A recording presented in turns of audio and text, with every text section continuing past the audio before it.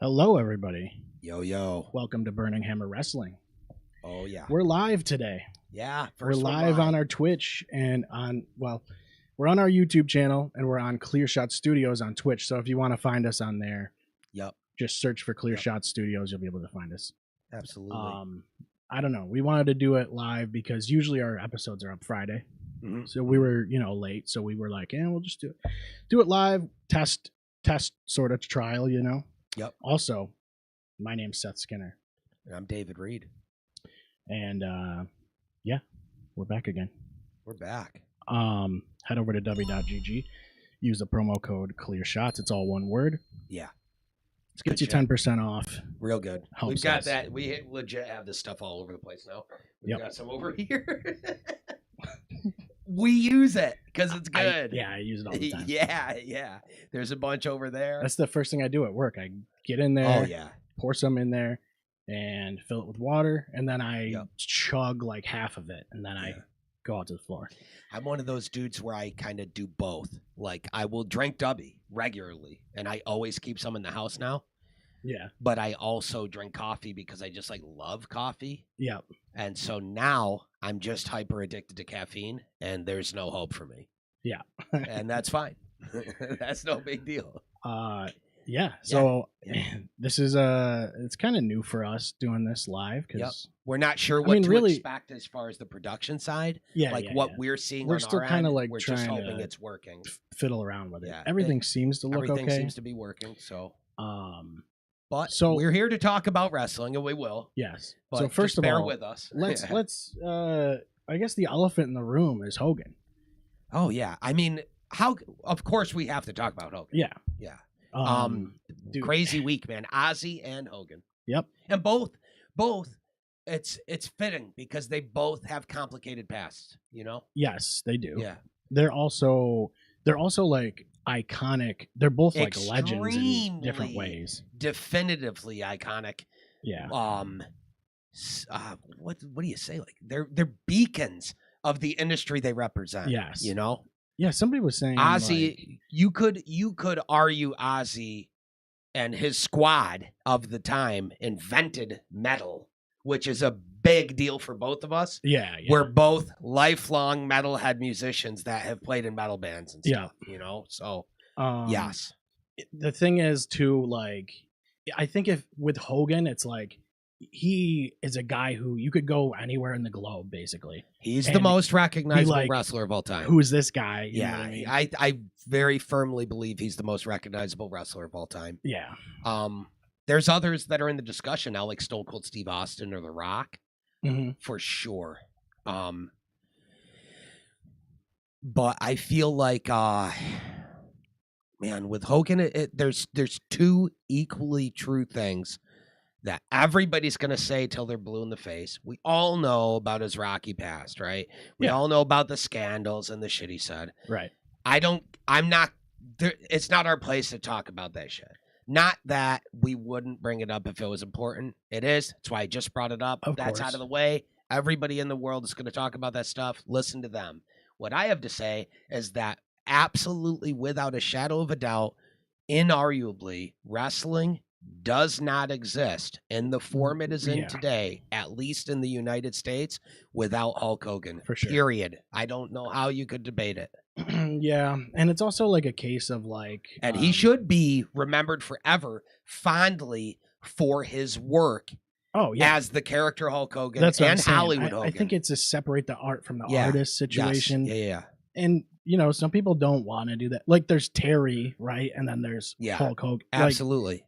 So it's like... Absolutely, dude. And it is what it is. It was kind of odd because, like, it kind of was out of nowhere, if you think about it, because... Well, for us, it was. Yeah. For fans, that is. Like, for fans, it was out of nowhere. But, it was like, he's doing this thing with Bischoff, and he was trying to start stuff. He's he was doing promoting his beer and all that stuff. Yeah. Yeah. So, which none of that stuff I really gave a fuck about.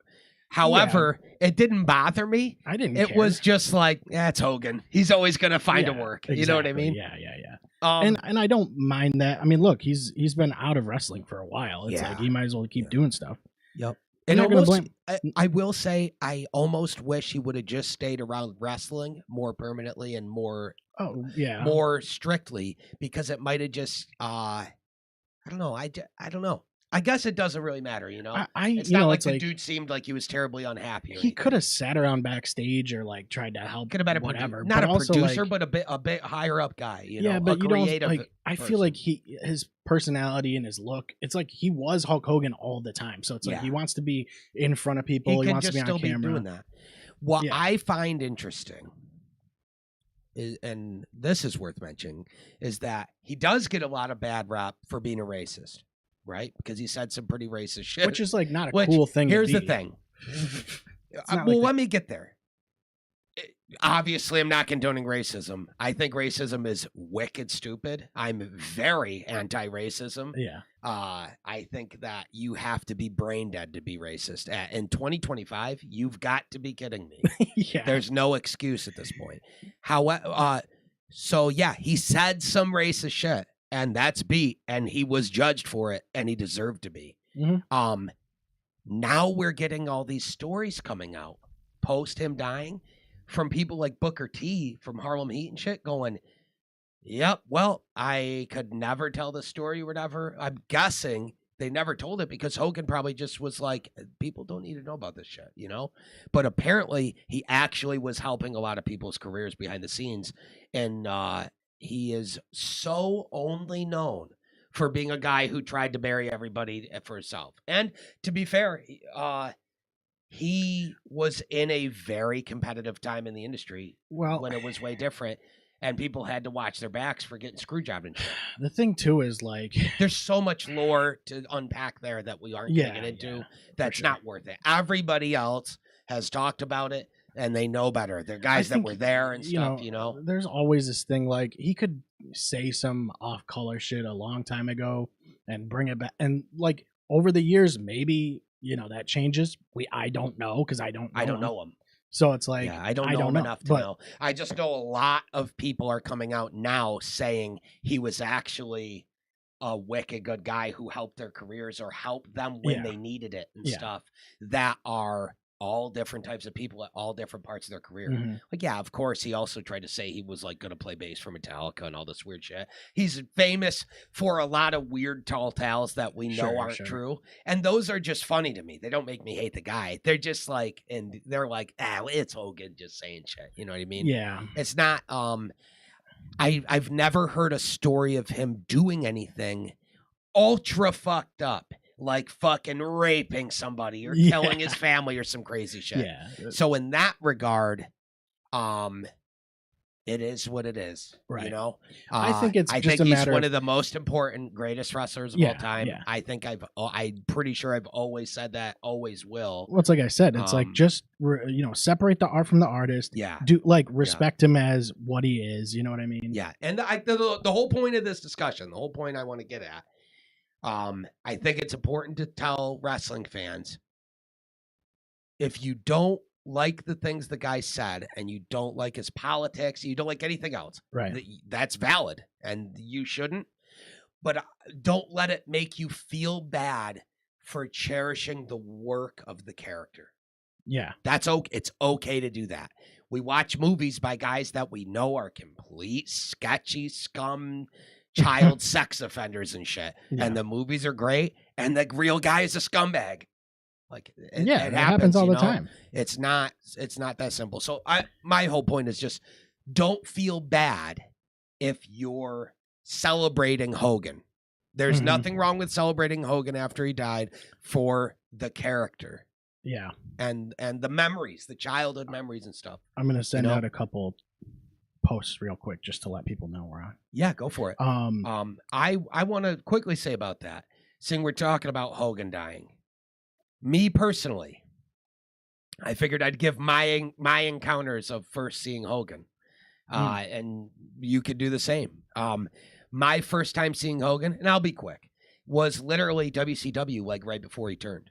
Because I didn't grow up with him. Yeah. I was born in 88. That's so, like, true. He already was doing a lot of that stuff. And I was too young to see him as the Hulkster in like the early like late 80s, early 90s. I was a toddler. I don't remember that shit. Yeah. So my earliest memories are seeing him, and I'm a couple years older than you. Yeah. My earliest memories are being a little kid, like right as NWO was popping off. Yeah. And so to me, by far, it's my most cherished character work of his whole career is Hollywood. Yeah. And I think a lot of people would agree with that, honestly. I think his work as Hollywood is better than that, but I just explained why I'm biased. Right. And like, I get it, you know? It's different. People that are older than me that grew up through, they were little kids in the mid 80s and stuff. Yes. He's a god to them. Yes, for sure. So. Yeah, he was like an American icon. Yeah. You know what I mean? Yeah, he's part of Americana. Yes. He's part of America. Yes, dude. When you think of America, it's like pop culture, dude. Yeah. Eagles, bald eagles. You know what I mean? Mm-hmm. Beers, barbecues, and Hulk Hogan, taking your vitamins and saying your prayers and shit. Yeah, dude. All that stuff that he for sure was doing much more than that. Yeah, you know, all the time you get like Reddit, like wrestling boards, they'll post like, who was the champion when you were born, and you know what I mean. And dude, it's like every answer, Hulk Hogan. Most people are like, it's Hogan. Yep. Yeah, because he was carrying the title for so long. Yep, and you'll see stints around that, like Andre the Giant, or no, I don't think Andre was. Andre had to have had. He had to have been. I don't know 100% because it was right before my time of watching. You know. Yeah, I actually never really looked that up. That's one thing that I think about sometimes. It's like Andre the Giant. I never got to see work live. Yeah, and by live I mean just even on like a live pay-per-view or something. Right. Yeah, obviously in person, hell no. Let's see. Maybe I can. I mean, when he died, I was 5. No, I was 4.5 when he died. I hadn't even turned 5 yet. January something 93, I think that said. Yeah, let's see if I can pull that up real quick. There we go. Yeah, hell yeah. See, I love being able to do shit like this too. Yeah, and we're just on Wikipedia. It's no big deal. You know? WWF heavyweight champion. Okay, so he was a one-time heavyweight champ. Okay. Yeah. Yeah, because I was thinking about it, going, "There's no way Andre wasn't WWF champion at some point." Yeah. He was. I would love to know more about that. Yeah, I mean, I just haven't. You know, it's like in '91, like I said, Hogan was the champ, and you know. Yeah. The thing was, he was big through most of my lifetime. Yeah. So it's like, you know, you never knew anything different. All the way through TNA. It's just wild, dude. Yeah. And to think, you know, like I said, to us, it was just a kind of out of nowhere thing. Yeah. But, you know, it happens to everybody, you know? Mm-hmm.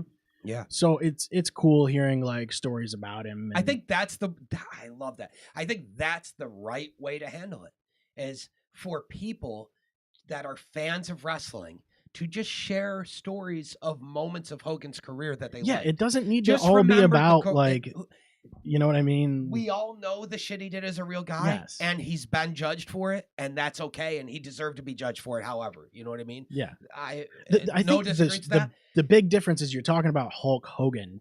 Yeah, that's what I mean. I love Hulk Hogan. I don't fucking know Terry Bollea. Right. So I don't care. To me, yeah, he might be a shitbag. He might be a racist. He might not be. I have no opinion because I don't know. Yeah. I only can go by what I saw, and it doesn't look great, but it doesn't look terrible either. Right. I can tell you one thing. Benoit murdered his fucking family. And I think he's one of the greatest wrestlers of all time. A little bit more intense. Yeah. And, so I don't know. I don't see Hogan as like a Benoit thing. Not even close. No, that's not a different situation. I think he was, I think that he's a it's just one of those in my memory and in my lifetime, he will always be the bad guy to Sting's Crow Run, which is like my favorite thing ever in wrestling. Sure. So he will always have a special place in my heart and in my mind for being that bad guy.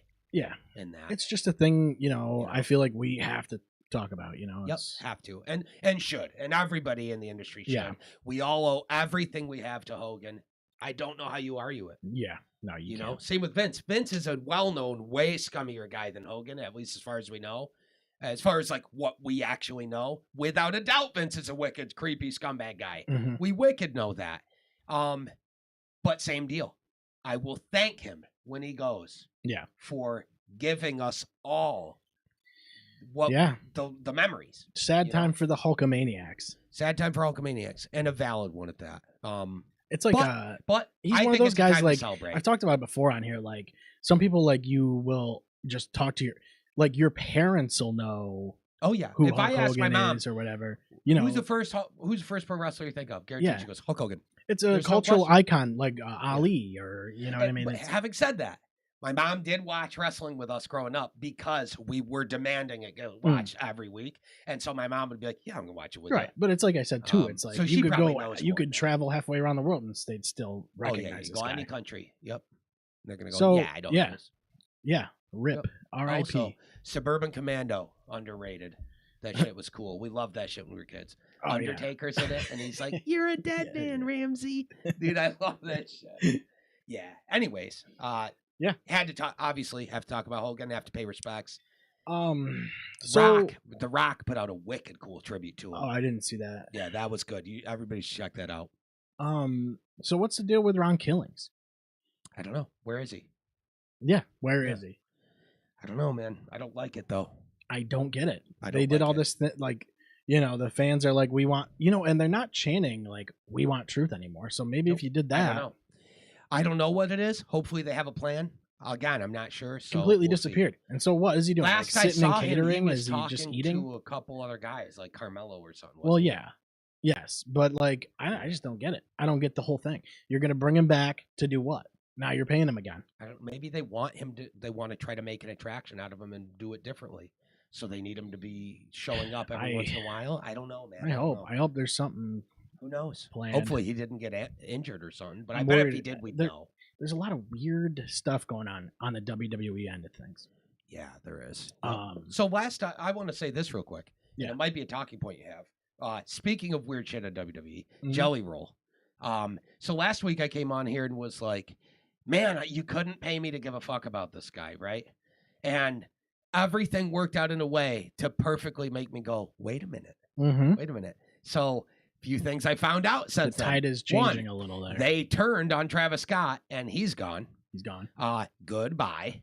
Yep. And then Jelly Roll got interviewed and completely changed my mind because he's like, oh, I've already also lost like 200 pounds and I'm in the gym nonstop. I'm addicted to this wicked bad. And not only am I going to do this and try to do a good job, I am hard bit by the bug and I'm training to wrestle full time now. Yeah. And I was like, oh, never mind. We got another guy who is absolutely guaranteed to end up being a real one. Yep. And all it takes is he gives a fuck and he's just doing it right. Needs to actually care. Yeah. As long as he cares, and not pop Cody's eardrum or whatever. Bad Bunny was the first guy that made me be like, you know, why do I care?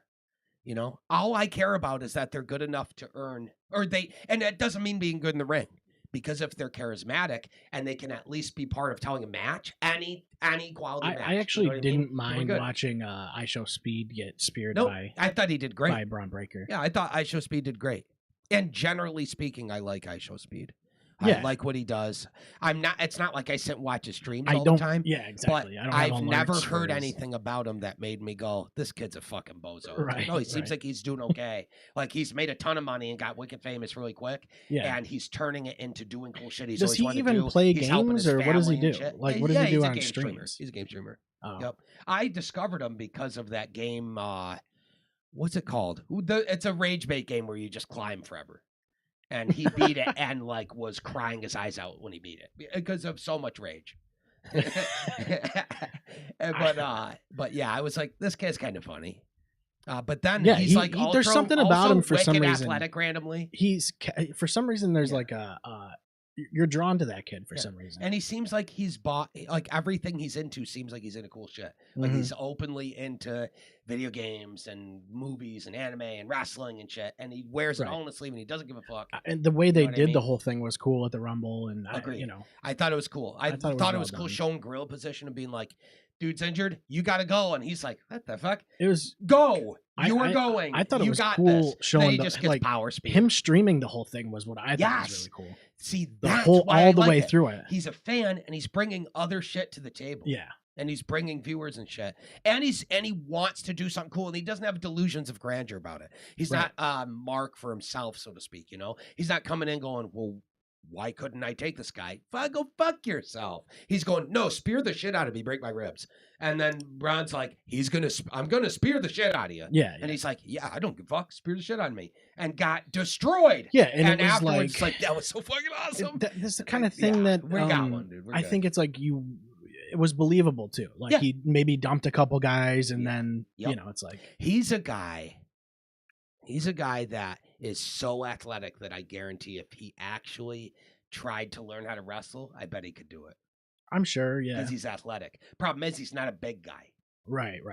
And then it's like, well, what do you do then, But he could do backflips and splits and shit like that. So he could probably work a higher flying style. You'd have to, yeah. I mean, Logan is fast, so he'd have to use his speed. Well, Logan's not big. He's just he's getting there. He could literally just be called I Show Speed. Logan's like everyone knows who he is. Thinner guy, and he's not like a giant built freak guy. Of freaks. He's in great shape. Though, yeah, he's a crazy story. He's tall. You know what I mean? I don't know how tall Logan is, but he to is me, like Logan a Paul dude. doesn't. He's an anomaly. He's not even in the famous person first category to me, like a Jelly Roll or a Bad Bunny or something.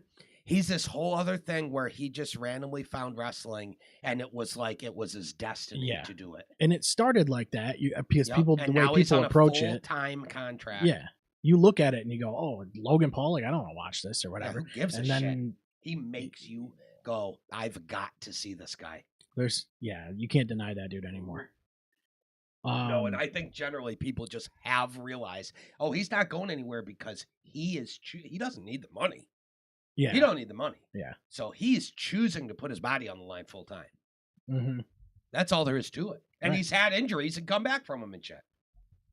Yeah, he's paid his dues at this point. Yeah, and he's gonna keep paying them. I don't know if he's done paying them, but expect to see this fucking kid be world champ.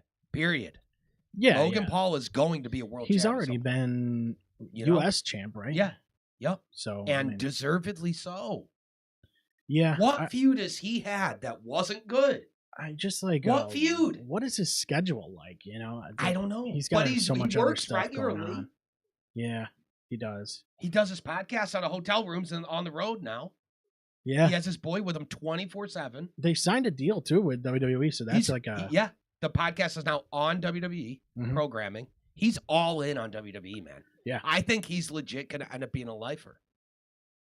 I could see it. The way he talks about it, he's like, this has completely changed everything for me. It changed my whole life. It feels like I found what I should have been doing the whole time. Yep. It's like, it looks like you did, dude. Well, it is. It's same exactly with Kurt Angle. He's an entertainer. It's exactly what he should be doing. Yeah. He is this generation. And he's an athlete. Well, yeah. Because Angle was wicked famous, too. He was a national hero, literally an Olympic gold medalist. Mm-hmm. So famous for a way different reason, but famous nonetheless. When he came to wrestling, it was like he was supposed to be doing it the whole time. Yeah. To the point where people talk about Angle like he's legit one of the greatest in-ring workers ever. And he's a guy that didn't spend his whole life training to be a wrestler. Oh, yeah, that's true. I mean, kind of he did. He was a wrestler. But pro wrestler is completely different. Yeah. Yeah, dude, I feel like Logan's something special, man. Yeah. Piece of trash human. Good. Boo his ass.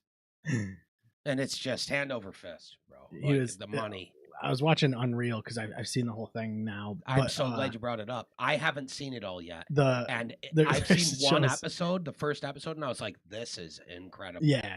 It showed Speed after the Rumble, and Logan's like back there. Mm-hmm. And he sees the whatever's going on with Speed's leg. He got fucked up. Yeah, and Logan's like, drink some Prime, you'll be all right. Oh my god, dude, Logan! He gets it, such bro. He gets it. He gets it. He's like always on. I love it. Speaking of young guys that are gonna be Hall of Famers someday, Dominic Mysterio.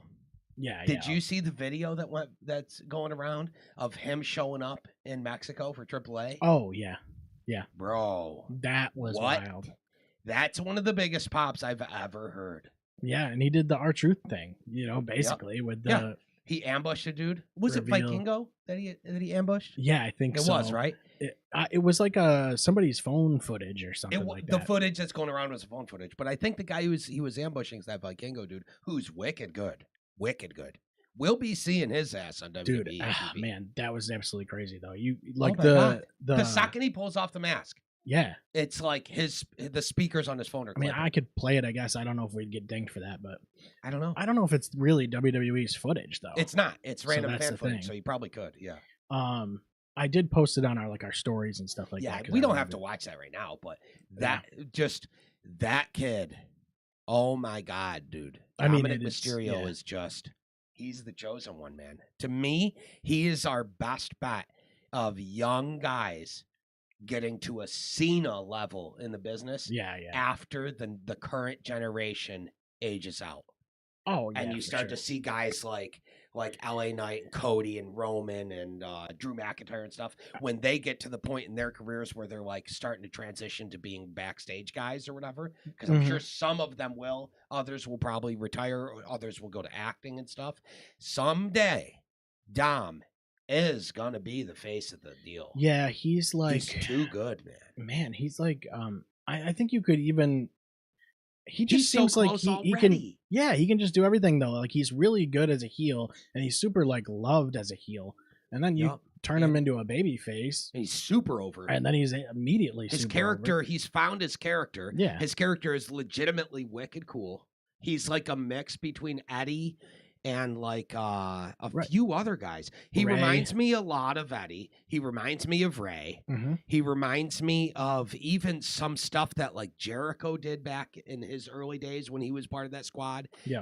He almost, to me, Dom feels like an amalgamation of everything that made that round table of guys that were like the WCW Cruiserweight division meets WWE main eventers. And it makes sense. Like a Dean Malenko, a Chavo, an Eddie, a Ray, even a Benoit. Why wouldn't it be, though? He grew up around that. He was literally in the ring when he was a kid. Yeah. You know, it's like... Yeah. He grew up watching those guys who were all of his dad's best friends and shit, you know? Shit, some of us grew up watching it. You know what I mean? Some of these younger kids, But you think about one of the things I think that's really important with WWE that I don't think we talk about a ton is that one of the things that makes it unique and it is immortal now is the lore.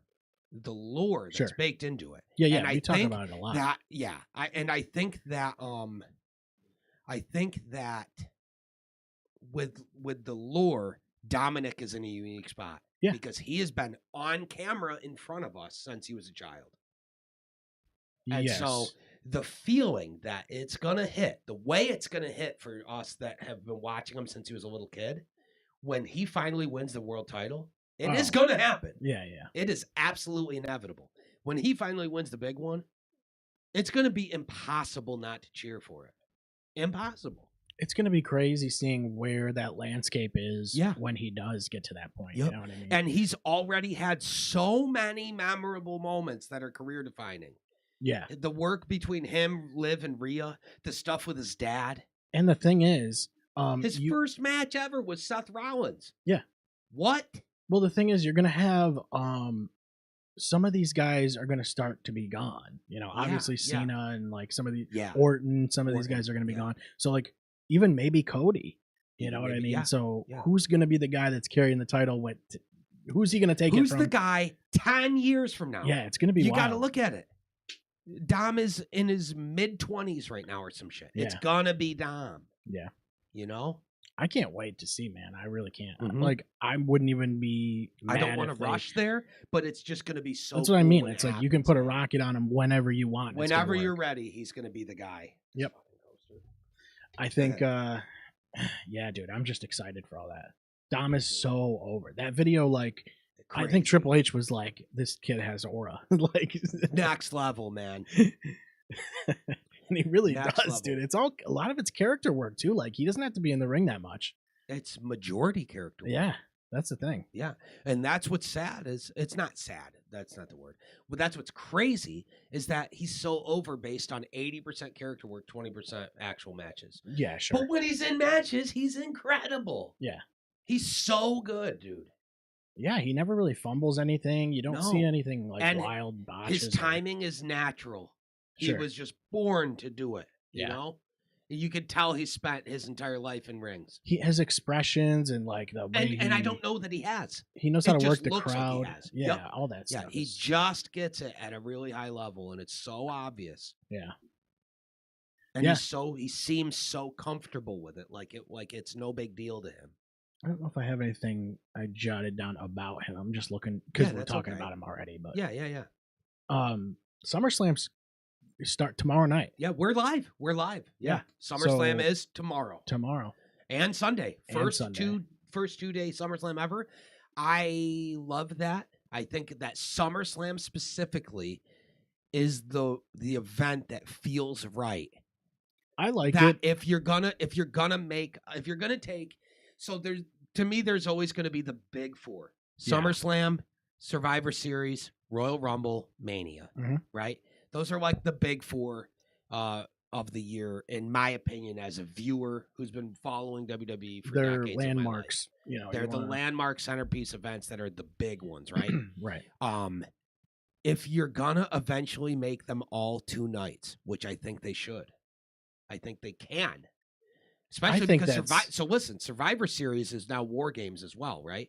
It's like Survivor Series War Games. I love that. I think it's genius. Just make it night 1, women's War Games is the main event. Night 2, women's or men's War Games main event, or vice versa, right? And then Royal Rumble, you do the same thing. Night 1, women's Rumble's main event. Night 2, whatever, men's Royal Rumble. Either one. You know what I mean? It's tough because like sometimes you have these 2-night cards and they're a lot. It's a lot to digest. It's a lot to have to book. It's a lot to have to watch. You know, like even with Mania, it's like I had people over here, and then you're like, it's 2 nights, so you can come back over tomorrow, and it's like people are like, what? I don't have that. It's like, totally agree. We were like scheduling around our weekend for it and shit, and it's your whole weekend. It's a whole especially weekend, because you have Friday Night SmackDown, then you have Monday Night Raw after it, and it's like. But that's why I say if you're gonna start making pay-per-views 2-night spectacles, right? The move is at the most to keep it to the big four.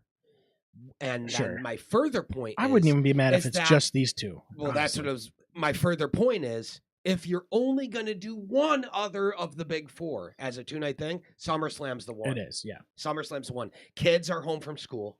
Yeah, SummerSlam is there, it's not that half, kids don't have weekends. It's not halfway, but it feels like it's there. Not halfway through the year to Mania, but it feels like it's their kind of midway because show. From here, we'll start to build out the rest of the year. At least this year, it's going to all be about Cena, and it should. Yeah, and then Rumble's in January, now, and Cena, the road to WrestleMania begins. And Cena doesn't go to WrestleMania; he only goes to the end of the calendar year, so it's not. Yeah, so that Rumble's going to be the first Rumble post Cena being gone. Yeah. Whew. Yeah, I'm going to cry my eyes out when he retires. Yeah, that whole thing's going to be wild. He's like the guy of my lifetime, Yeah, of course. Like when I was a little kid, it was briefly Shawn Michaels and Bret Hart kind of competing for that spot. Yeah. And obviously WCW had NWO and Sting and stuff like that. But in WWE lore, it was like briefly those guys, and then it was Shawn or Stone Cold and The Rock, you know? And then after Stone Cold and The Rock, it was fucking Cena. Yeah. For like 20 years. When I was a kid, like kind of casually watching it was Stone Cold and The Rock for sure. Yep. And then and there's a gap. I understand. Once I started really getting into wrestling, it was Cena. And that was, Thugonomics, Cena. Yes. And as soon as he started doing Thugonomics, that was right when it was like, oh, this guy's the guy. Yeah. And he just was the guy forever after that. Yep. Forever, dude. All through my teenage years, all through my 20s. Yeah. He was the guy. Yeah. I mean, he's just been a staple for all that time. It's kind of wild. And that's, a thing we were talking about with Hogan. When you can do that for that long, dude. Absolutely. Absolutely. It's a shame, like Cody, Cody's one of those guys that probably could have done that if he would have found this character and had his opportunities. Earlier, But, Cody's going to be able to carry a lot of this company for a while. For a while, yeah. Yeah. He is the guy right now. He is the guy. The company tells you he Make is. no mistake about Everybody in the company tells you he is. Right. Make no mistake about it. He is the guy. I mean, obviously he'll get the title back once this. He doesn't need it, though. You know, I don't think he does, but I think they're going to want it on him. Sure, he'll have. I think that's runs. The way they just like all of the guys, the quarterbacks or whatever of history. They don't always have the belt the whole time. Right. But they don't need it because it's understood without communication. The audience just realizes, oh, this is the guy. It's just the way they use the WWE title, though. You know, yes. That's just the World Heavyweight Championship to me is like, this is the best performer right now. Like I think the WWE title is more like, here's the poster boy. Here's our quarterback. Yeah, I agree so. I agree so. And I think he probably will have a title run again. Why not? Yeah, but I'm certain he will. You know, it's like, yeah, it's gonna be. But he's like, I mean, look at guys like Undertaker. You know what I mean? Sure. I don't know that you would immediately off the top of your head say to yourself, how many titles that did Undertaker guy was have? the guy, right? Nobody looks at Taker as the guy at any one point in his run, but he's like one of the guys ever, though, and is in a different role that's equally as important, where he's not the quarterback, but he's a guy that, in my mind, is a guy like what Orton is right now, a guy like what Punk is right now, where Punk, I don't think, is necessarily the guy right now. Cody is, right? But Punk's role is to be like a Taker. Yes. And so is Orton. Yeah. Where it's like these guys are, everything they do is for legacy now. Taker was a legacy building only for years. WWE champion. Yep. World Heavyweight champion 3 times. Hardcore champion 1 time. Everybody was hardcore back in the day. Everybody had it at least once. World Tag Team Champion 6 times. Wow, I wouldn't have guessed that. Once with Austin, once with Rock, twice with Big Show, twice with Kane. Bro, I get the Kane thing. Like, I would have never thought he was WCW that's Tag some Team Champs wild trivia shit. Right impossible there. To me. I would never have guessed. The Slammy Awards are so funny. A 15-time Slammy Award. I know. I love how that's like an accolade. Yeah. Okay. And he won LFG season 1. The guy can't. He just can't stop. Yeah. Like, I remember seeing a Hidden Treasures or something. What was or Lost Treasures or whatever it's called? The A&E show where WWE guys go looking for lost gear and stuff. It's wicked cool. Wicked cool I've never even seen that. But there's one where the guy who was the host with him, which is his name's AJ something. He's in TNA now. He's good. I like that guy. He was like a co-host dude, and he was with Taker. And they went to Kane's house. I don't know. It's like was it a WWE show? Yeah, WWE show on A&E. WWE AEW A&E Lost. Type in Lost something. Lost Treasures. Is that what it's actually called? Most Wanted Treasures. Yeah, this show is absolutely incredible. It's wicked cool. Yeah, I don't know if it's still going. I think it had 3 seasons. But the last season ended. It looks like it was short. It looks like it was 5 episodes, yeah. And it happened last year, so. But yeah, Undertaker and Kane, that one. They pull out an old pair of boots. And they're talking about the boots. He's like, you see this? You see this right here? He's talking to the young guy. The co-guy. He's like giving him career advice. He's like, look at this. He's like, I want you to notice this. Notice how the heel of the boot is nice and fresh, but the toe is worn out. He goes, that means this boot was like this, pitting more than it was like this, getting pinned by a lot. yeah. That shit's wicked funny. Taker winning LFG. I'm like, of course, brother, those boots. He's got his boot pointing down always, dude. Yeah, he was. It's so funny. You know, Taker's team on that show was really good. So yeah, dude, LFG was cool as hell. Yeah, and they did start another season, and they're doing it again. They're doing it again. They started another season like immediately. They rotated out Mickie James with Michelle McCool, and I'll say this: I don't care. It doesn't bother me. Yeah, it doesn't faze me. I'd like to see other people get rotated out. Also, keep the show format and bring in other guys to do it. You know? Yeah. Have Mick Foley do it. I don't know that he'd be good at all. I think it'd be wicked sketchy because I think I don't know. I like how Bully that Ray. goes. I think he's great. I think Bully. I've always liked him as a coach. Yeah, I like Bubba Ray Dudley a lot, Yeah. and Devon, and they're dude. Jeez, we have notes, but everything's leading into shit we got to talk about because there's too much going on right now. Yeah, I know. Bubba Ray Dudley and Devon showed up on Slammiversary. TNA. Yeah, and challenged the Hardys to one more match. What the fuck? Yeah, that has to get watched. Yeah, that has to. That's gonna be sweet. Yeah, that was Slammiversary. That I hope that goes well, man. That is crazy. The match was good too before that. The Hardy match. Yeah. So yeah, I'll shoehorn that in real quick. I am gonna talk a little bit about Slammiversary. Sure. But, yeah.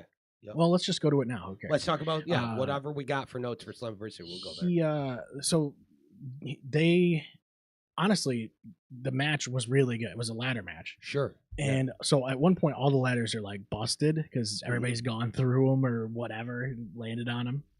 And so Jeff goes to the outside, and he he talks to like a production guy or something, and the guy gives him like a controller.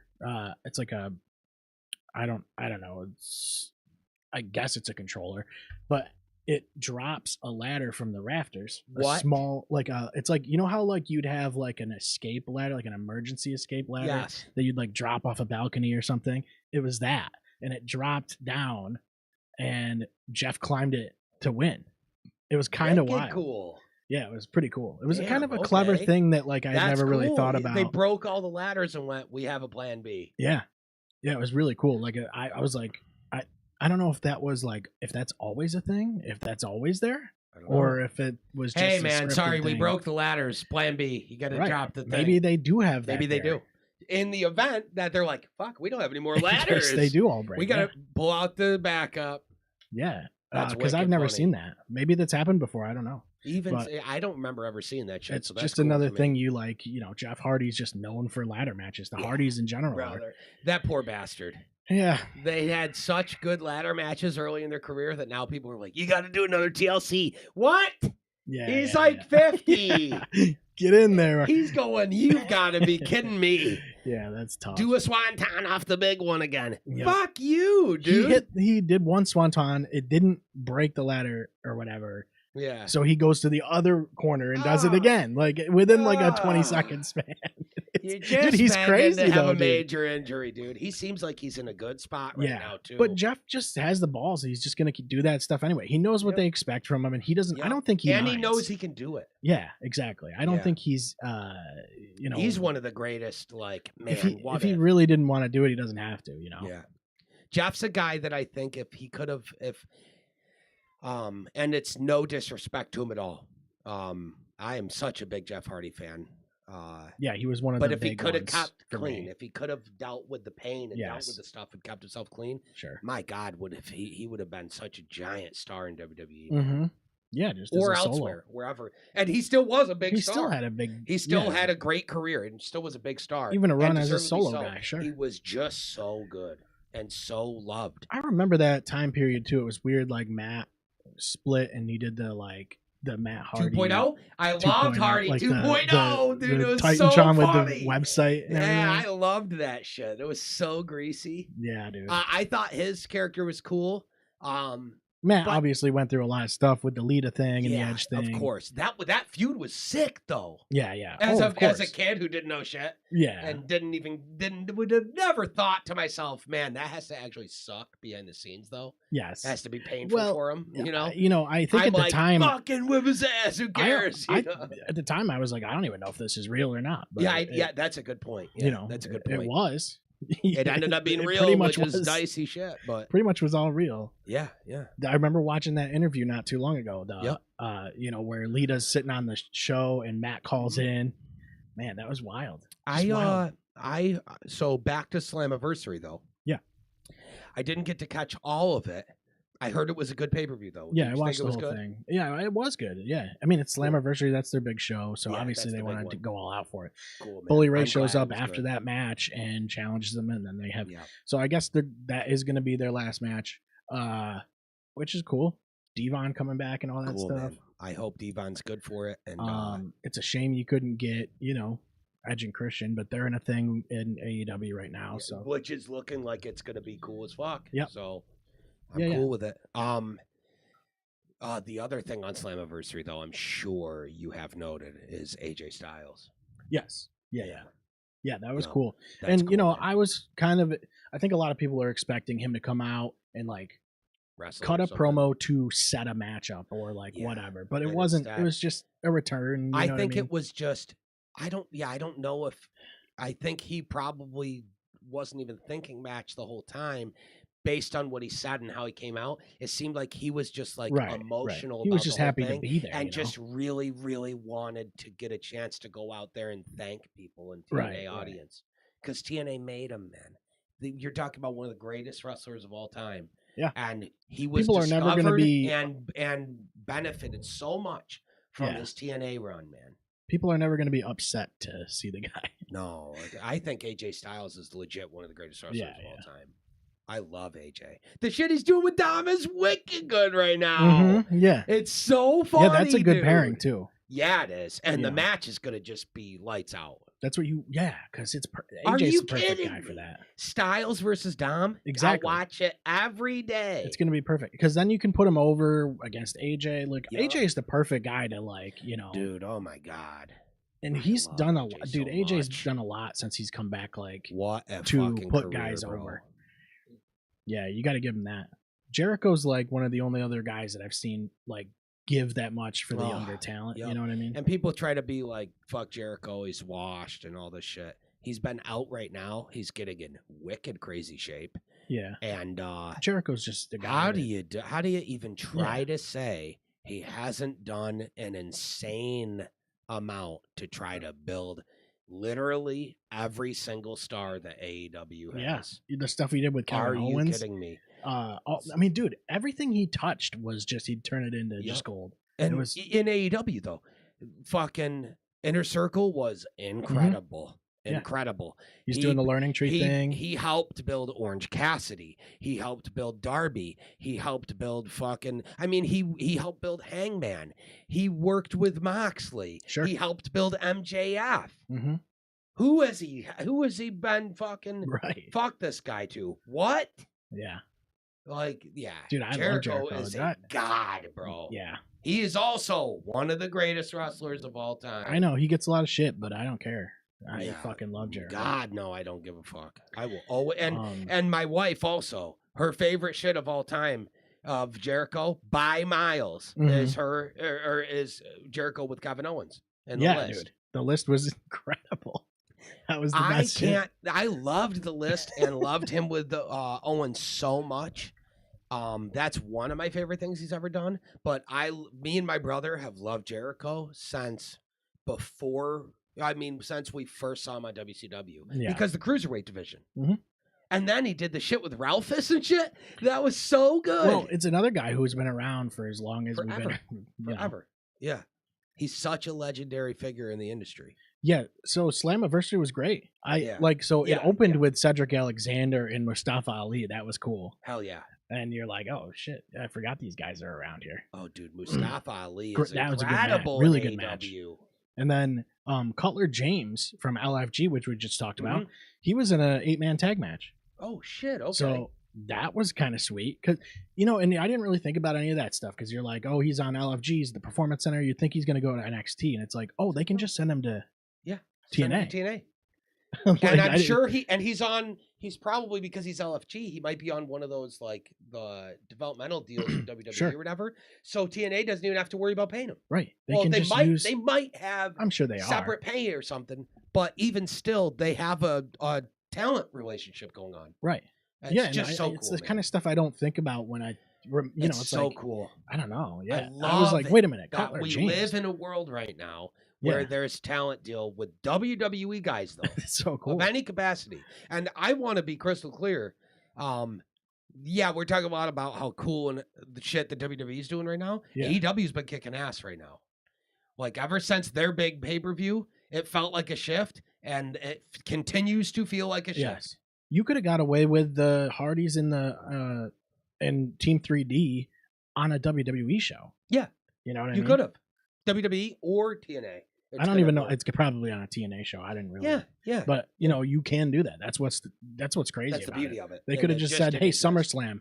You know what I mean? They could have went. If you guys are doing that match, it's gonna be a big deal. Yeah, let's do it. Totally wild. Let's do it here. Let's see. Trick Williams, Joe Hendry, Mike Santana. Incredible. Good match too, dude. I thought it was Trick good. is so good, dude. Mm-hmm. And then Trick, Trick got chokeslammed. He's gonna have a huge career on NXT. Taker showed up. Taker, yeah. That was wild. That was too. sick. Taker he just can't stay out of the ring. I'm dude. going. Please don't wrestle a match. He can't stay out of the ring. Please don't wrestle a match. But I don't think he will. I don't mind him showing up and being hard and stuff. Cameos. And working with guys. Yeah, little cameos and stuff. Same with like Austin. I wouldn't mind. But it. dude, that guy I think he just sees a ring and he goes, I have to get in that ring. Yeah, I gotta get in that thing. Yeah, it's his life's work, man. It's the love of his life. Well, and then he's doing LFG, training people. Dude, it's like good. We need guys like that to be training guys, for sure. Because it's not like talent are gonna have to take every single thing he says and run with only that. Mm-hmm. It's like, but you just have this collective of guys that are the best guys ever from the prior generations, and they're actually actively involved in instilling the knowledge. And what I love that Triple H said about that too, is that they're gonna train these guys to that level, and then they're gonna let them do what they do with their careers. And if they end up leaving and going to AEW, there you go. It's okay. Go to AEW and make money with them, but draw money and make this business better and continue it going. And that's what they're worried about. They're not worried about rigging it so every single guy only ends up in WWE. They're like, if people are dead set on getting out of our program and going to AEW, we're going to let them do it. Yeah. And better for AEW, better for the industry. Who cares? It's better for the industry. Mm-hmm. You need a system where guys can get the level of training they need for things everywhere to elevate. Yep. And there's the more than too, one. There's more than one. We talk about like how there's, when you watch Unreal on Netflix, it's like you looked in gorilla position on any given show, and it's like all these guys are, they're Billy Kidman and like the Timekeeper. Abyss. Abyss is a major producer and is apparently wicked good. Yeah. And well liked backstage. Mm-hmm. I was trying to find the I saw an infographic recently of all the guys that were like retired performers that work for them. Oh yeah. But I can't. I don't know. I know we're looking at it right now. I'm never gonna find it. It was on like personnel. It's gonna be 100 pages deep. It was on like Reddit or something like that. Yeah. But it's really cool seeing that because who knows the business better than these guys? You know what I mean? I want to know who. And if you're a match producer, of course you want a guy that's been in there a million times. Absolutely. And Abyss was around for a long time. What's cool about Abyss, though, Chris Park, is I love seeing stories like that where you go, okay, this guy, he was a big deal in TNA. Yeah. There's no mistaking that. But he never really got his WWE run, Mm-hmm. And a lot of people thought he was good enough to be a major player in WWE. But he just never timed out, never worked out. He never got there. I don't know all the details behind the scenes. I don't care. It don't matter. Yeah. The fact that he is now a producer backstage and he's producing main event matches. Like the first episode, they show him as the producer for Punk versus Rollins to close the main event of the first Netflix episode ever of Raw. Yeah. That's a wicked high pressure spot, and he only went over 2.5 minutes. Yeah, 2.5 minutes, and like Bruce Pritchard's all pissed about it. And it's he you're didn't on Netflix. Seem like he was mega pissed about it though. He was a little passive aggressive. He was passive aggressive, but then he was overproduced. He goes to Regal after, and he just goes, "Is he pissed at me?" And Regal, he's like, "I just wanted to do right by the boss or whatever." And Regal goes, "Oh, who gives a shit?" He's like, "Yeah, it was great. It was perfect. You should be proud."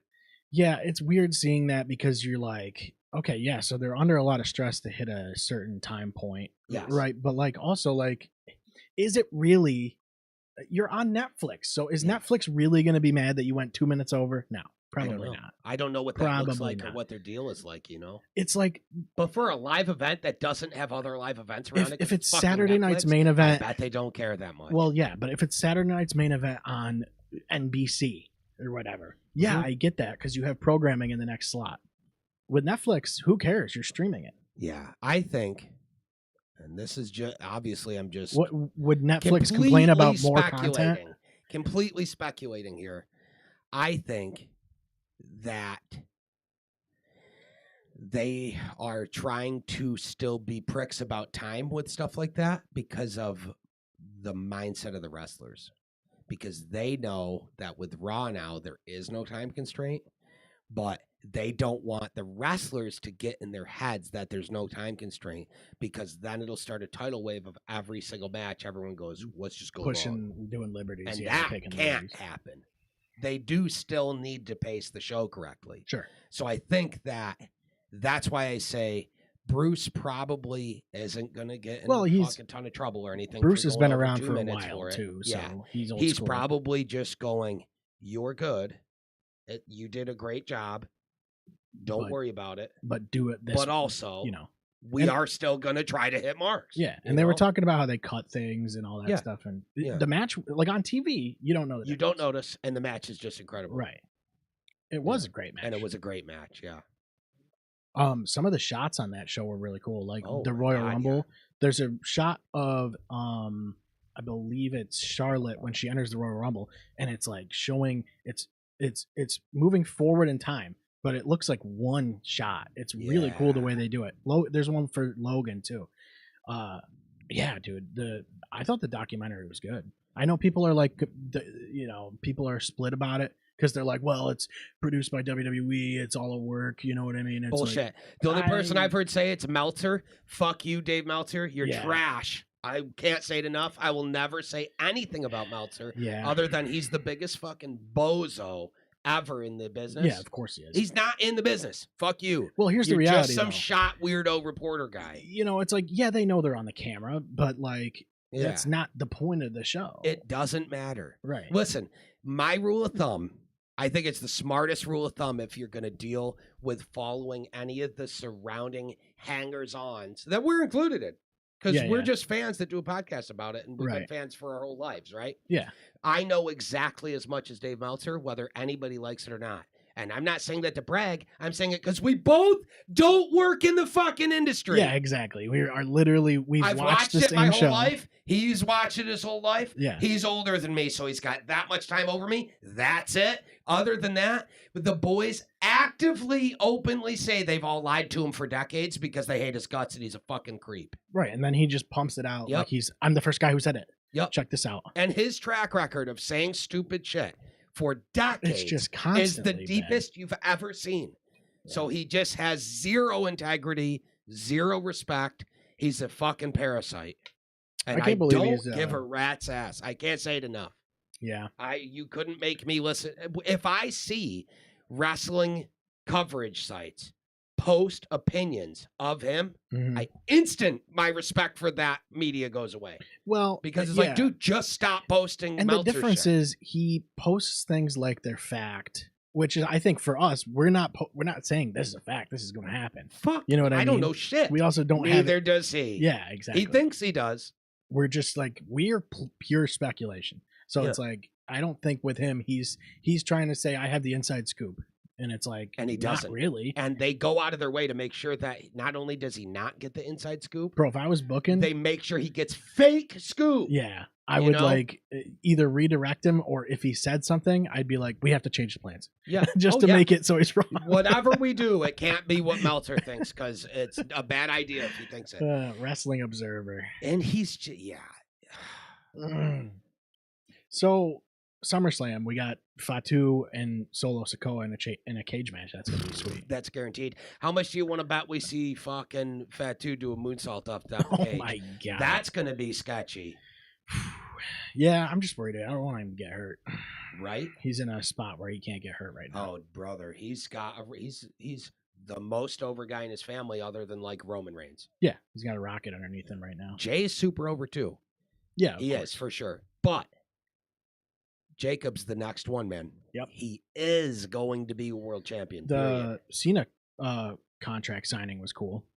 I'm like, it was kind of weird. Like, so it's going to be a street fight now. Yeah. And it was weird because Cena didn't even sign the contract. Really? Yeah, that he didn't sign it. Technically, he didn't. He was like unconscious. Mm-hmm.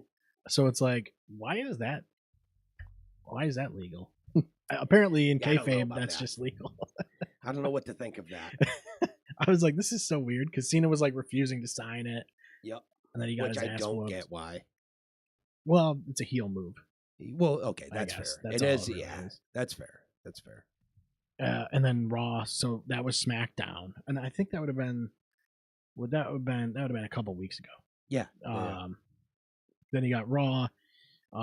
There was a really cool segment with Roman, Braun, and Bronson, and Paul Heyman, and it was interesting seeing like the bloodline could be babyface in this scenario if you really wanted it to be. Oh, for sure. And have it, sort of be against this Heyman faction. Yeah, no question. And I don't think they'd have any problem doing that. Yeah, no, me neither, dude.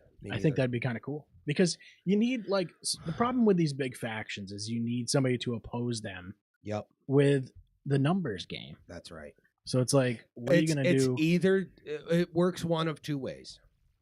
Either do it numbers game, which is great for like war games matches and stuff, right? Or you have a hangman. Or you have a hangman. Or you have like the best example of all time, in my opinion, Sting versus NWO. Where you have NWO. The goal is Hogan. But he's got all these other guys he's got to get through first. But the story is Sting's odyssey of moving through all these guys to get to to Hogan. Right. Yeah. And the whole time he's pointing the bat at Hogan going, I'm coming for you. I just thought it was a cool segment. Like, it gave me this weird bloodline babyface vibe. That's what it gave me. Yeah, I agree. Yeah. And I don't have an issue with it. Raw this week, there was Lyra came out, and I was like, I don't know what's going on, like what she needs to do, but it felt like her promo was flat as hell. It felt like she said a lot and said nothing at the same time. Yeah, and on top of that, I think like when she first started feuding with Becky, I thought that was a great move. Yeah, it was doing great things for her.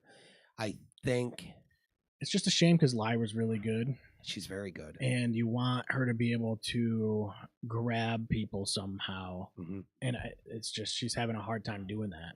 Yeah, I'm hoping post SummerSlam, everybody involved in that will kind of go into different stuff. Yeah. And she can start to go after something fresh. I think that's what she needs. Yeah. Yeah, she needs like some kind of reset. I think, as a fan, you know what I mean? I don't know.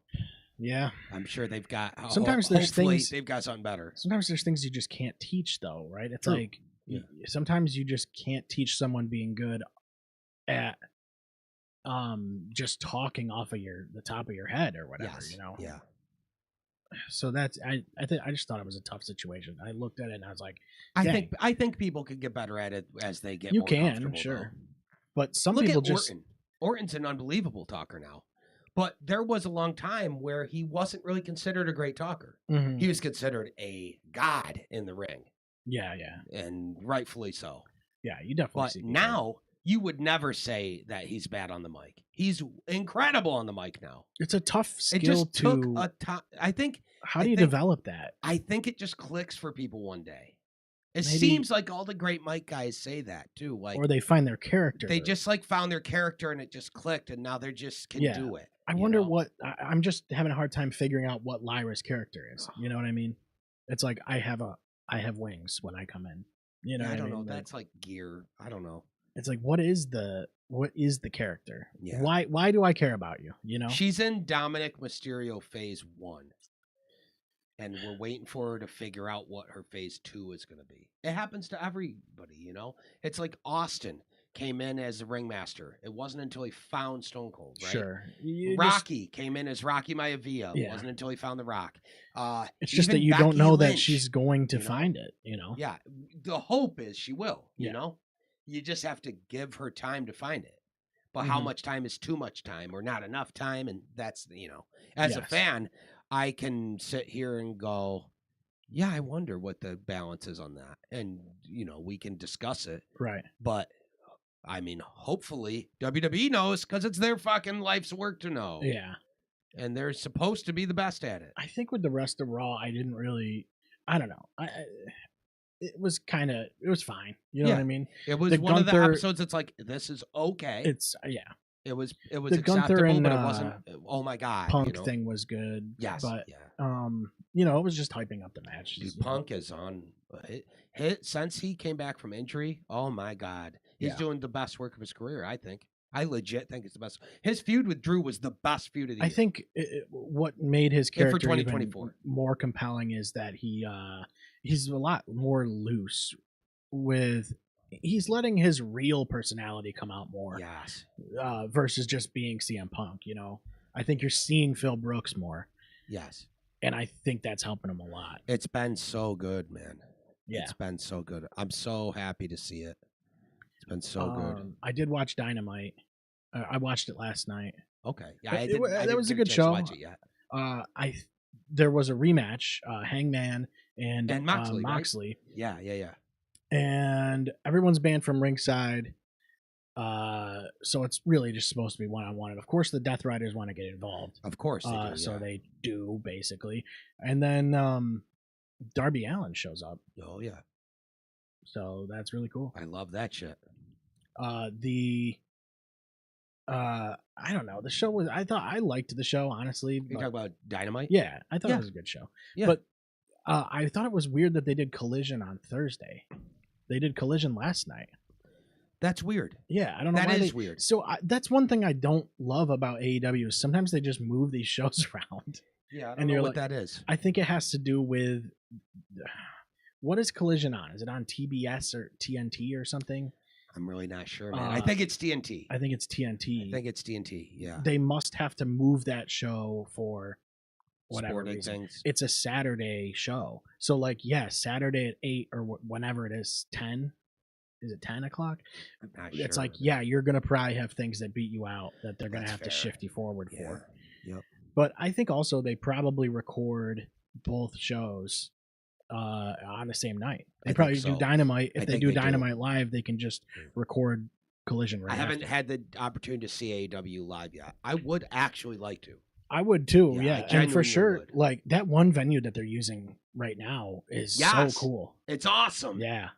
I'm so glad you said it. Yeah. It reminds me of ECW, right? Yeah. The venue they're in that they were just in for the Dynamite, after All In, is amazing. Yes. And the speech Hangman gave was so good, dude. That was so awesome. When he came out to open Dynamite and he had the belt and shit, he gave a wicked God tier speech. I wonder if I can find what the venue is. Where's it? Where's it say? Andrew J. Brady Music Center. This is August 13th. Is that going to be the same venue? I don't know. It's the Andrew J. Brady Music Center. Look up. Just grab that text and search that. Yep. Yeah. Because I thought the same thing. I thought that it had a very similar vibe to what was it? I don't know. This doesn't quite look the same. That looks cool too, though. Yeah, that looks cool I like too. that they're doing these smaller sound areas. Dude, we were saying it before. One of the biggest things they got to do is they got to get into smaller soundstage style places because they're going to have insane crowd energy. Here it is. Insane crowd energy. Let's see if I can find a better. Dude, that venue is so cool. Aragon Ballroom. Yeah, Aragon Ballroom. Dude, it's so cool. It's made for wrestling. The way it looks for wrestling is so awesome. Yes. Yeah, there it is. It looks like it's a wicked cool show. It looks like Casa Bonita or something. Look at the ceiling in there. It's so cool. This would be a wicked cool place to see a band play too. Yeah, it's a wild venue. Yeah, that's wicked. And what was cool was Darby Allin jumped off of this balcony. Yeah. Yep. So, you can do kind of stuff like that. And it reminds me too of Lucha Underground where you have this extra. There's set play. Yes. Yeah, I understand that. Yeah. Yeah, really I thought this was such an awesome step in the right direction. Mm-hmm. It's weird too because it almost feels supernatural. Yeah. Because it feels like all of a sudden, when AEW first started, it couldn't do anything wrong. Yeah. Then it couldn't do anything right. Yes. And now it feels like it can't do anything wrong again. Yeah, and it was ballsy because they had just come off of their big show All In. Yeah. And then they go the to momentum this. is so huge. Yeah. And to bring it to a place like this, I was like, I was watching it going, please keep coming here and let the rest of the places you do be this. They'll make so much more money. They did like 4 or 5 shows from there. They will be able to lower the cost of production so much. Yeah. Yep. And be able to make money off of streaming and shit. Yep. They're on HBO Max now. Like, dude, yeah. Props, guys. The HBO thing is serious props to AEW for figuring out a way to crawl out of the negative shit that they had going on that was obviously real. And find their way back to momentum. Yeah. I hope they keep it forever, man. The production feels so good to me. It's so refreshing because so good. When Dynamite starts, Sum 41 is playing. And I'm like, this is awesome. Because like they have like it's like an old school feel, and they're allowed to swear and say things that are a little bit, So it's more what it felt like to me. Yeah, what it felt like gives to me the old school feel. Was like if you think about Raw's been running for a million years, right? Yeah. Think about how Raw felt when it first came in. It was exciting, right? Then it was in like small venues and stuff, right? But then it went a little bigger, and there was this little area where it was kind of a lull. But then when they rebranded as Raw's War, shit started to pop off, right? It's not a rebrand of Dynamite as something else. You know what I mean? It's not that. Yeah. But it's just there's a clear shift in the direction and the feel of the show that felt so right. It felt so good again. Mm-hmm. And I was like, oh, dude, this is awesome. Yeah. No, that's what I mean. To be fair, I didn't catch Dynamite from yesterday, right? Was Dynamite? Or Wednesday? I haven't seen this Wednesday's yet. The one I saw was the one from the week before. Yeah. And I was like, oh, shit. Here we go again. Here we go, dude. It's really, it's awesome. And I'm wicked happy for him. Please keep going in whatever direction you're going. It's working. That's the thing is WWE's super watered down. It is. It just is. There's not really a way you can really avoid saying that. But that's why I think there's a gap. It's still great. That's open for this. For something like AEW. They knew that years ago. It's why AEW exists. And it was doing great for years. For the first couple of years. It's why he bought Ring of Honor and said, we're doing this. But I think it only stands to show that AEW is going to be around for the long haul. Because they figured out a way to not give up and collapse under their first negative phase. Yes. They're going to have them. There's going to be more. I don't want them to, but you're going to have it. Every company has where you have this crazy run, and then they die down for a bit. Well, shit, and then it catches fire again. WWE had years where they had an absolutely issue before years, dude. Daniel Bryan's and the only reason people really dealt with those shit years is because there was no other option. Yeah. Or if there was an option, they were kind of also in shit years. Yeah. There was definitely like a low. I think before like Yeselmania, like that whole run up with Daniel Bryan. Oh, that was when it started. That was when you started to see it. But that was also NXT, man. When NXT 1.0 really started to pop off, that's when it really started to. I think that changed the whole industry, man. Look how many people are super big deal in both companies that had some amount of time in WWE's NXT system back in the day. Yeah. Even Swerve is a fucking NXT guy. Yeah. And he is one of the top guys in the whole company in AEW. And well-deserved. He's fucking incredible. Swerve is great. He's so good. Like with Prince Nana coming out. Yeah. Dude, so I love Swerve. Good. I love Swerve. I love it, dude. I don't like the weird shit he was saying about Booker T back in the day, but overall, back in the day, I mean, like he recently said some weird shit about him that came off kind of weird. But I don't care. Like overall, I think Swerve is amazing as a talent and is one of their biggest guys. And AEW seemingly is very aware of that. Yes, and is using him accordingly. Mm-hmm. I agree with that for sure. And I love the stuff they're like the nuance to the stuff they're doing with him and Hangman has been great. That's what I mean. They're doing a great job, and I think the small venues, like we've talked about this, like not even a year ago, probably. And it's like you can't just have these big venues, not sell them out because you get all this flack online, and people are like, "Well, how come there's nobody there?" And then everybody's making jokes about how the arenas are empty, and it's like, well, they're not going to be empty if you're selling out this place. That's right. So it's not going to be empty. And And it's more intimate too. The smaller venues like that are more intimate, they might only hold a few thousand people, but that's still a huge crowd. That's still a good crowd. And the energy's going to be insane. Insane. One night stand, dude. Yes. Thank you. Cena and RVD, right? Cena RVD, the main event for the ECW title or whatever, right? Or no, it was for the WWE title, wasn't it? Hammerstein Ballroom. That's where it was. That was in New York City. Yep. First ECW champion, and he won the WWE title from Cena. Yes. And it was Hammerstein Ballroom. Yep. Yeah, that was dude. That was that at? Is that New York City? Yeah, it's in New York City. Yeah. What a venue. That was a great show. One night stand. That's one of the greatest single night events ever in the history of wrestling. And I loved it because you really saw Cena's like heel side. It was the first time we ever got to. Yeah. Yeah. He had no choice but to work heel. Look at that, though. It's such a cool place. It's such a cool ass venue, man. Yeah. So cool. Like that is just, that's super sweet. Yep. It's perfect for wrestling. Look at the one right next to that. Is that literally, okay, that's not wrestling, but it's set close. Up for music or something. It's close, yeah. I was just looking at the fact that they had the center console area, but. See if you can get a picture of it with wrestling. Yeah.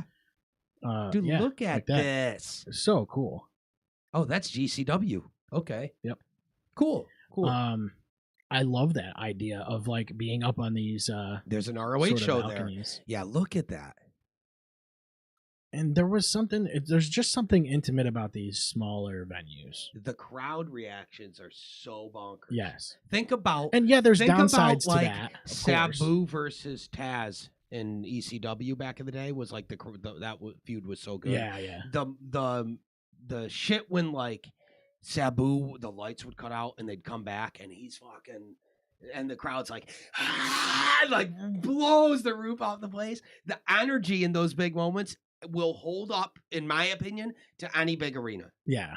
Like nobody's watching that and nobody's in that building feeling like that is not as big of an event that they're at as like a Mania. Yeah. It's not happening. Yeah. Because, and dude, having been to a ton of indie shows too.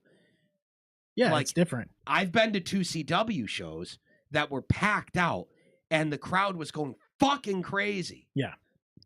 Well, the thing that's you also get like the only downside is like on TV. Sometimes it doesn't translate because you have like one guy in the crowd screaming into a microphone, and it's like I want to hear what the crowd thinks, not. And what that this was guy the curse of AEW doing too big of venues. Yeah. They were locked into venues that they weren't drawing for. You can't get so it ended up looking weird on camera and sounding weird. Right, because you have this empty arena. Because the venue is so big and your sound dissipates. That the sound was dissipating. It sounded so quiet. Yeah. You have a smaller place. Dude, if you had a wrestling show in front of legit 500 people, but it's small enough to where it feels like all 500 people are right on top of the action, it's going to be wicked crazy energy in there. Yes. Yeah, for sure.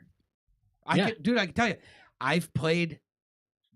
At this point in my life, I've been playing drums for 30 years. I've been in a band playing shows for at least 18 of them. Oh, yeah, easy. I've probably played, I don't know if I've played 1,000 shows in my life, but it's definitely hundreds and hundreds of shows in my total lifetime playing in bands. Yeah. The biggest shows I've ever played have only ever been like 400 to 500 people max. You know what I mean? Right. And the energy is insane. I can't even imagine what it's got to be like, even just in front of like 2,000 people. Yeah, the most fun shows I ever played were smaller places. Yeah, and I think comedians always say it too. They say like arenas are great, but like you want a small comedy club, right? All of my favorite shows I've ever played in my entire career as a musician have been big crowds for local venues, though. Yes, like not like a 1,000 seater thing, or like a festival where there's 20,000. Yeah, the difference is that you know everybody. But it's so cool when there's like 200 to 300 people in a venue that maxes out at like 300 people. Yes, though. And so it's just a lot more personal. Like it's insane there. Yeah, but it's you. Yeah, you're still on a stage. It's still a professional event. You know, it's like that's why I'm sitting there going, dude, if AEW can get out of these like 10,000 seater arenas that they're only selling 4,000 tickets to, get into a 3,000 seater venue that you're overselling and you're selling out. It's exactly what we said. And it's so nice that they're actually doing that. Yeah. And it's not like we hadn't. Like, I in no way, shape, or form sitting there going, it's not like, oh, I didn't must message be listening to people. No, they probably were already adjusting. Yeah. Like, we have nothing to do with that shit. I would never even. I did not message Tony. I just mean, what's cool is that it doesn't seem like they're listening to anybody else doing it. They already knew and are paying attention to their own business model to go, we have to make an adjustment. Yeah. Which it looks like it was a contract thing, and they just had to wait for the timing to come up so that they could then go after it. Work your way up. Yeah. You know? Yeah. It's like you'll get an idea of what your projections to sell are and all that stuff. They've got to know. And especially, you know, it's helping them. This HBO Max deal is helping. That's a big deal. They needed that so bad. That's going to change It's everything. awesome for me because I don't have to like find some weird illegal stream or something to watch it. No, we never do that. No one does that shit. No one does that. I can pull up HBO Max, bang, I'm watching Dynamite. Yep, exact. It's really cool. Or I can watch it the day after or whatever. Yeah. But anyways, I guess to close, just I love seeing the AEWs do it. Seems to be at the cusp of a new era in their product, which it looks like it. I mean, I think that was the whole point. I feel like Moxley's this whole Death Riders thing, I haven't really liked it, you know. But the culmination in retrospect of it, now, the culmination makes sense. I appreciate it. And my view changes because it feels now, and whether it was intentional or not, I hope it was, and I'm gonna go with it was. You know what I mean? What it feels like, I don't know. I don't think it was. But what it ends up feeling like is like the Death Riders was the last. That was a beacon of what was wrong with AEW in reality. Yes, it's layered storytelling in a way because you're saying it was a beacon of what was wrong with AEW during this down period they're starting to crawl out of. Yep. And Hangman beating him and the people involved and the way it all played out as like their Avengers Endgame moment, so to speak, of this story arc that's been going on, felt like it was intentionally a moment of reset. Yes, like, this is a new era. It felt similar like, to Cody beating Roman. Yes, it was the Death Riders symbolized it, and I think one of the coolest things I saw the Death Riders do was when they killed Rampage, the last Rampage show. Yeah, that was really cool. That was cool. It was creative, a good way to do that because they know the deal's done. They can't have Rampage anymore. Whatever. Well, I don't know exactly what happened with that. Why it had to stop. Maybe they just made the decision to do it. Yep. But the way they executed it was really cool. Agreed. But, you know, I think there was a lot of things that weren't. For sure. And we talked about that, you know, like, man, I wish they would stop doing this. I never really thought about it that way, though. You know, it's like, yeah, maybe it is, you know, it does seem to be a symbolism of like, we're killing off what's wrong with us right now. Yes. Here we go. This is them maybe showing you we are going in a new direction with Hangman as the champ. And things are business is about to pick up again. Yep. Yeah, I totally agree with that. I think Hangman is the centerpiece of them. I mean, look, for me, Hangman is their John Cena guy. I would say, well, yeah, right now. Yeah. I think he has been. Darby Allin is going to be the next guy. But here's the thing. Yes. 4 months ago, I wouldn't have been able to say I'm probably going to be watching Dynamite every week. Yeah. There's no way. And now it's like, now you got it. Yeah, now they're right back. I absolutely do. Good. Glad for. I'm very happy. Hangman's whole story arc has been my favorite work of AEW, other than, of course, Toni Storm. Yeah, everything she touches is platinum. Yeah, but Hangman's, as far as the men go, he's been my favorite story arc. Just like seeing his run from day one of AEW existing. Yeah. And always being like, can I be the guy? Can I be the champ? He is the guy. And he doesn't have any problem taking the ball. He is the guy. He is the guy. He is AEW's Cody Rhodes to me. And if there's people in AEW that don't see that, they need to. He is their guy. And I mean, he's their world champion. I'm guessing they see it, you know? Yeah, they definitely see it. So, yeah. Yeah, good for them, man. Still, I'm going to say I'm just excited to see happy what for them. Going on now. Yep. And I want that. I love how fast. Yes, it can switch. Yes. Things can change fast. Yeah. And WWE, you never know, and just in wrestling in general, you never know when something's going to catch fire. Part of it too is WWE is starting to lose a little momentum because they've got a lot of injuries that are going on, and their big storylines are getting impacted by that. And that's very true. I think part of that is definitely swaying people a little bit that way. Yeah. So things, ebb and they flow. Mm-hmm. Anyway, rest in peace, Hulk Hogan. Yep, and Ozzy. Yeah. Man, Ozzy. He's a WWE Hall of Famer, isn't he? Ozzy, he might be. Yeah, I think he is, and that's our excuse to talk about him on our wrestling podcast. Yes. Right. Yeah. Like Ozzy need one, dude. Ozzy's a legend everywhere. Yeah. Rest in peace. Glad I lived in the time of both. Yep. And got to be every time, dude. Seeing it, Every time I think of Ozzy, someone has been in my room and taken my beers away from my room. Are you sure it was it? Yeah. And he just stops. Who's the beer? Yeah, who's the beer? You. He just can't, dude. That's the greatest clip of all time. That's so good, dude. Oh hell yeah, God. Hell yeah! Right. The first live one down, man. I think it went well. I wouldn't mind doing it live all the time. I want to start doing it live all the time. And I'll tell you right now, I don't know how your schedule works out for that. Yeah. I know we usually would record on Thursdays. We usually release on Friday. Right? If you want to just start going live every Friday, that is actually way easier for me. We might be able to do that, but it's all. And even if we do stay Thursday, I was thinking we could just still do it live. Well, maybe just release like the podcast version Friday anyway. Yeah, Oh yeah, that's not going to change. Just to keep it on schedule. Yep. Totally. But you can, if we do it live, you can go back on YouTube on whenever we do it, and you'll watch. You can watch the live, early. Replay or whatever. Yep, so absolutely. There you go. Absolutely. And eventually. And it'd be cool to, maybe if people start watching, we can interact with a chat or whatever, that'd be cool too. Sometimes if there's a lull, as the channel we usually grows, have a lot to talk about, so it's that's the thing. We always show up with a lot to talk about.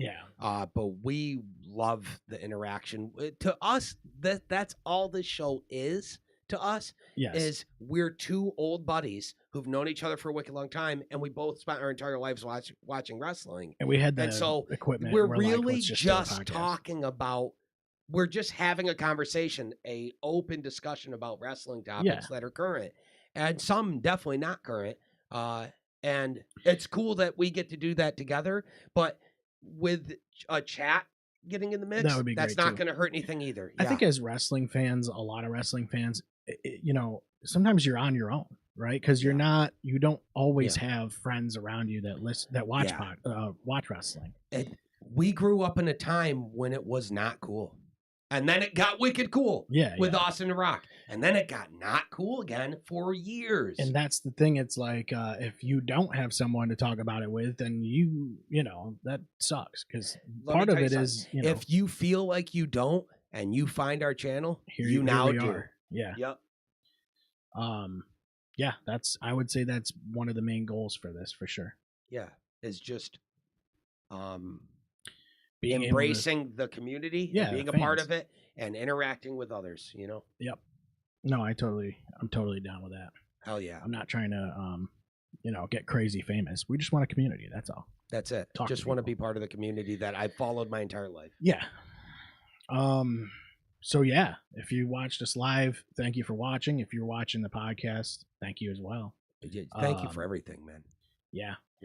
Follow us on all our socials. Do the promo code, go over to w.gg, use the promo code ClearShots. All one word, 10% off. That helps us. Like and subscribe. All that stuff helps us. Yeah. Any engagement helps us. Any engagement. So, thank you guys for watching. We're going to sign off. We'll see you guys in 2 weeks. Hell yeah, brother.